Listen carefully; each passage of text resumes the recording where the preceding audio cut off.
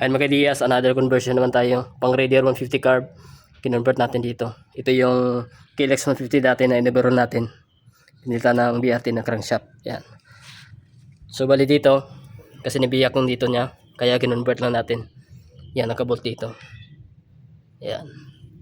So, goods na siya. Kinonvert natin. Pang Raider 150 carb. So ito yung KLX natin na inibero natin.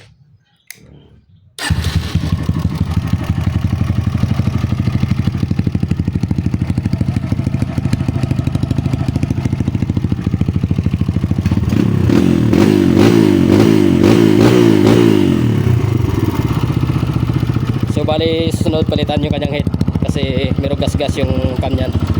Nirepair lang namin yan. So palitan sunod na may-ari ng BRT.